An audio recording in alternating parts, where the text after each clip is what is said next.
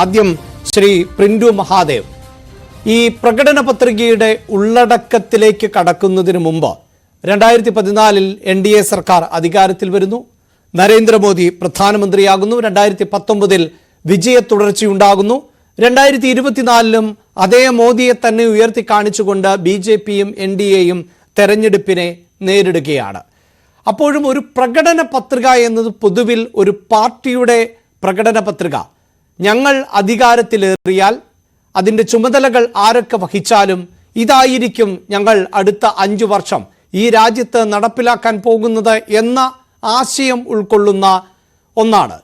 അവിടെ പോലും മോദിയുടെ ഗ്യാരണ്ടി എന്ന നിലയിലേക്കാണ് ഈ പ്രകടന പത്രിക അവതരിപ്പിക്കപ്പെടുന്നത്. അതായത് പാർട്ടിക്കപ്പുറത്തേക്ക് മോദി ഗ്യാരണ്ടിയിൽ നിന്നുകൊണ്ട് വേണം വോട്ട് ചെയ്യാൻ എന്ന് പറയുമ്പോൾ അത് ഏതർത്ഥത്തിൽ കൂടിയാണ് പൊതുവെ വിലയിരുത്തപ്പെടേണ്ടത്? ഈ മോദിയിലേക്ക് കേന്ദ്രീകരിക്കുന്ന തരത്തിൽ പ്രകടന പത്രികയെയും അവതരിപ്പിക്കേണ്ട അവസ്ഥയാണോ BJPക്കുള്ളത്? അല്ല, അങ്ങനെ അതിനെ കാണാൻ സാധിക്കില്ല. പാർട്ടിയും മോദിയും ഒരുപോലെ മുന്നോട്ട് വയ്ക്കുന്ന ഒരു ആശയമാണ്. ആ ആശയം നടപ്പിലാക്കുന്ന വ്യക്തി എന്ന രീതിയിൽ ഈ രാജ്യത്ത് 10 വർഷം വികസന വിപ്ലവം സൃഷ്ടിച്ച നായകൻ എന്ന രീതിയിൽ അത് പ്രധാനമന്ത്രിയാണ്. സ്വാഭാവികമായിട്ട് ആ പ്രധാനമന്ത്രിയുടെ ഗ്യാരണ്ടി എന്ന രീതിയിൽ അത് മോദിയുടെ ഗ്യാരണ്ടിയായി മാറുകയാണ്. കാരണം കൃത്യമായിട്ട് ഇതിനകത്ത് ആശയക്കുഴപ്പത്തിന് യാതൊരു പ്രസക്തിയുമില്ല. പിന്നെ ആശയക്കുഴപ്പം ഉണ്ടാക്കാനുള്ള ഒരു ശ്രമം ഒക്കെ വേണമെങ്കിൽ നടത്താം, അതും ഉണ്ടാവണമല്ലോ, ജനാധിപത്യമല്ലേ. അല്ല, തീർച്ചയായും ഇതിൽ ആശയക്കുഴപ്പമൊന്നുമില്ല. ഞാൻ സൂചിപ്പിച്ചു കഴിഞ്ഞു, ഏതൊരു വ്യക്തിയെയും ഉയർത്തി കാണിച്ചുകൊണ്ട് തെരഞ്ഞെടുപ്പിനെ നേരിടുക അത് രാഷ്ട്രീയ പാർട്ടികളുടെ സ്വാതന്ത്ര്യമാണ്. ആ സ്വാതന്ത്ര്യത്തിലേക്കല്ല ഞാൻ കടന്നത്. പക്ഷേ BJPയെ പോലെ ഒരു പാർട്ടി, ആ പാർട്ടിയുടെ വളർച്ചയെക്കുറിച്ച് എന്നേക്കാളേറെ താങ്കൾക്കറിയാം. ആ പാർട്ടി എങ്ങനെയാണ് ഇത്രയും വളർന്നത് എന്നും എന്താണ് ഉയർത്തി കാണിച്ചതെന്നും ആ പ്രസ്ഥാനത്തിന്റെ ഒരു പ്രത്യേകതയും ഒക്കെ അറിയാം. അപ്പോഴും ആ പ്രസ്ഥാനത്തിനപ്പുറത്തേക്ക് മോദിയെ ഉയർത്തി കാണിക്കേണ്ടി വരുന്നുണ്ടോ പ്രകടന പത്രികയിൽ എന്നതാണ് എന്റെ ചോദ്യം. അങ്ങനെ ഒരിക്കലുമില്ല. ഈ പ്രസ്ഥാനവും വ്യക്തിയും പരസ്പരം പൂരകമായി പ്രവർത്തിക്കുന്ന ഒരു പ്രസ്ഥാനമാണ് BJP. അപ്പൊ സ്വാഭാവികമായിട്ട് വലുത് പ്രസ്ഥാനം തന്നെയാണ്, അതിനകത്ത് യാതൊരു സംശയമില്ല. പക്ഷേ ഒരു രാജ്യത്തിന്റെ നായകൻ എന്ന രീതിയിൽ ഒരു വ്യക്തിയെ ഉയർത്തിക്കാട്ടുക എന്നുള്ളത് ഏത് രാഷ്ട്രീയ പാർട്ടിയുടെയും ഒരു ലക്ഷ്യം തന്നെയാണല്ലോ. ഇപ്പൊ സ്വാഭാവികമായിട്ട് ഇപ്പൊ കേരളത്തിലാണെങ്കിൽ അത് പിണറായി വിജയനാണ്, ഇപ്പൊ കോൺഗ്രസ് ആണെങ്കിൽ മുന്നോട്ട് വയ്ക്കുന്ന രാഹുൽ ഗാന്ധിയാണ്.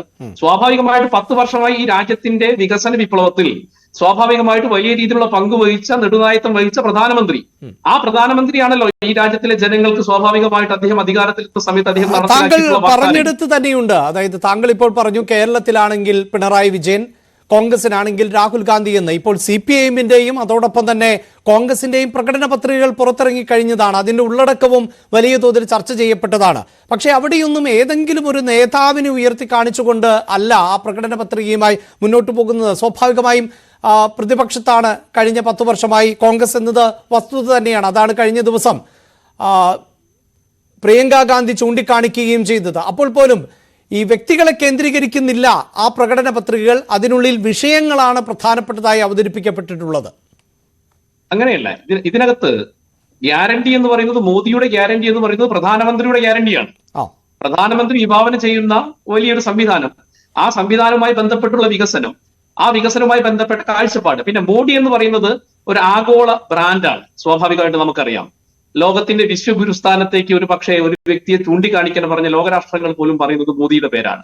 സ്വാഭാവികമായിട്ട് മോദി എന്ന വ്യക്തി, അദ്ദേഹത്തിന്റെ വിഷൻ, ആ വിഷനുമായി ബന്ധപ്പെട്ട് പാർട്ടിയുടെ നയങ്ങൾ, ആ നയങ്ങളെ എല്ലാം ഒത്തൊരുമിച്ച് കൊണ്ടുപോകുന്ന വ്യക്തിത്വം എന്ന രീതിയിൽ ഈ രാജ്യത്തിന്റെ പ്രധാനമന്ത്രിയുടെ ഗ്യാരണ്ടി എന്ന രീതിയിലാണ്, അല്ലെങ്കിൽ പ്രധാനമന്ത്രി ആയിരുന്ന ആൾ മുന്നോട്ട് വെച്ചിരുന്ന ഗ്യാരണ്ടി എന്ന രീതിയിൽ മാത്രമാണ് അതിനെ കാണാൻ സാധിക്കുള്ളൂ. അല്ലാതെ അതിനെ പാർട്ടിയാണ് വലുത് അല്ലെങ്കിൽ മോദിയാണ് വലുത് എന്നൊക്കെ പറയുന്നത് ഒരു അനവസരത്തിലുള്ള ഒരു കാര്യമായിട്ടാണ് എനിക്ക് തോന്നുന്നത്. സ്വാഭാവികമായിട്ട് ഞങ്ങൾക്ക് അതിനകത്ത് കൃത്യമായിട്ടൊരു ക്ലാരിറ്റി ഉണ്ട്. പാർട്ടിയും വ്യക്തിയും പരസ്പര പൂരകമായി പ്രവർത്തിക്കുന്നു. സ്വാഭാവികമായിട്ട് ഇതിനകത്ത് ആശയക്കുഴപ്പം എന്ന രീതിയിൽ നിങ്ങൾക്ക് അത് വെക്കാം. അതിനപ്പുറത്തേക്ക് അതിനകത്ത് യാതൊരു കഴമ്പുമില്ല.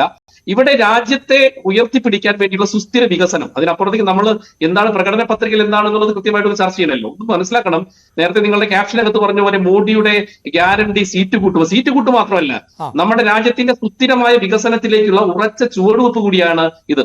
കാരണം നമുക്കറിയാം 2014 2019 ഈ പ്രകടന പത്രിക പുറത്തിറക്കുന്നത് സ്വാഭാവികമായിട്ട് വലിയ വലിയ കപട വാഗ്ദാനങ്ങൾ നൽകിക്കൊണ്ട് പ്രസ്ഥാനം വലിയ വാഗ്ദാനങ്ങൾ നൽകും. സ്വാഭാവികമായിട്ട് അതൊന്നും പൂർത്തീകരിക്കാത്ത സാഹചര്യം ഉണ്ടാവാറുണ്ട്. എന്നാൽ നിങ്ങൾ നോക്കൂ, ഇന്ന് ഏറ്റവും അധികം ചർച്ച ചെയ്യപ്പെടുന്ന, ആളുകൾ ചർച്ച ചെയ്യുന്നത് മോഡി എന്തുകൊണ്ടാണ് ഈ പദ്ധതികൾ നടപ്പിലാക്കി എന്നുള്ളതാണ് ചോദ്യം. എന്തുകൊണ്ടാണ് ഇത് നടപ്പിലാക്കുന്നത് എന്നാണ് ചോദ്യം. കാരണം 2019 33% സ്ത്രീ സംവരണം ഒരിക്കലും അസാധ്യമാണ് എന്ന് എഴുതിയ ഒരു കാര്യത്തെ അദ്ദേഹം കൃത്യമായിട്ട് നടപ്പിലാക്കി. അപ്പോൾ ചോദിച്ചത് എന്തിനാണ് സ്ത്രീ സംവരണം നടപ്പിലാക്കുന്നത് ഈ രാജ്യത്ത്? 2 CAA പോലെയുള്ള വലിയൊരു കീറാമുട്ടി, ആ കീറാമുട്ടിയെ കൃത്യമായിട്ട് അദ്ദേഹം നടപ്പിലാക്കുന്നു. 3 രാമക്ഷേത്രം പോലെ ഒരു 500 വർഷത്തെ പഴക്കമുള്ള ഒരു വിഷയം, ആ വിഷയത്തെ വലിയ രീതിയിൽ രമ്യമായി കൊണ്ട് അതിനുള്ള ശാശ്വതമായ പരിഹാരം കൊണ്ടുവരുന്നു. അങ്ങനെ ഒരു രാജ്യത്തിന്റെ തന്നെ ആഗോളതലത്തിലുള്ള ബ്രാൻഡായി മാറുന്ന മോഡിയുടെ നയചാതുര്യം ലോകം മുഴുവൻ കാണുകയാണ്. അപ്പൊ സ്വാഭാവികമായിട്ട് ആ മോഡി പറഞ്ഞ കാര്യങ്ങൾ ഗ്യാരണ്ടി ആണെന്നുള്ളത് ജനങ്ങൾക്ക് വിശ്വാസമുണ്ട്. അതുകൊണ്ടല്ല നിങ്ങൾ സ്വാഭാവികമായിട്ട് നിങ്ങൾ ഈ കർഷക പെൻഷൻ, ഈ പെൻഷൻ വന്നു കഴിഞ്ഞാൽ ആളുകൾ പറയുന്നത് സ്വാഭാവികമായിട്ട് ഈ നാട്ടിൻ പുറത്തൊക്കെ പറയുന്നത് മോദിയുടെ പണം വന്നെന്നാ. എന്തുകൊണ്ട് മോദിയിൽ ജനങ്ങൾക്ക് വിശ്വാസമുണ്ട്. ഇപ്പൊ കർഷക പെൻഷൻ വർഷങ്ങളിൽ 6000 രൂപ ഒരു വർഷത്തിൽ വരുമ്പോൾ ആളുകൾ പറയുന്നത് മോദിയുടെ പണം കിട്ടിയെന്നാണ്. അത് നിങ്ങൾ നാട്ടിൻ പുറത്തൊക്കെ ചർച്ചകൾ അത് കേൾക്കാൻ സാധിക്കും.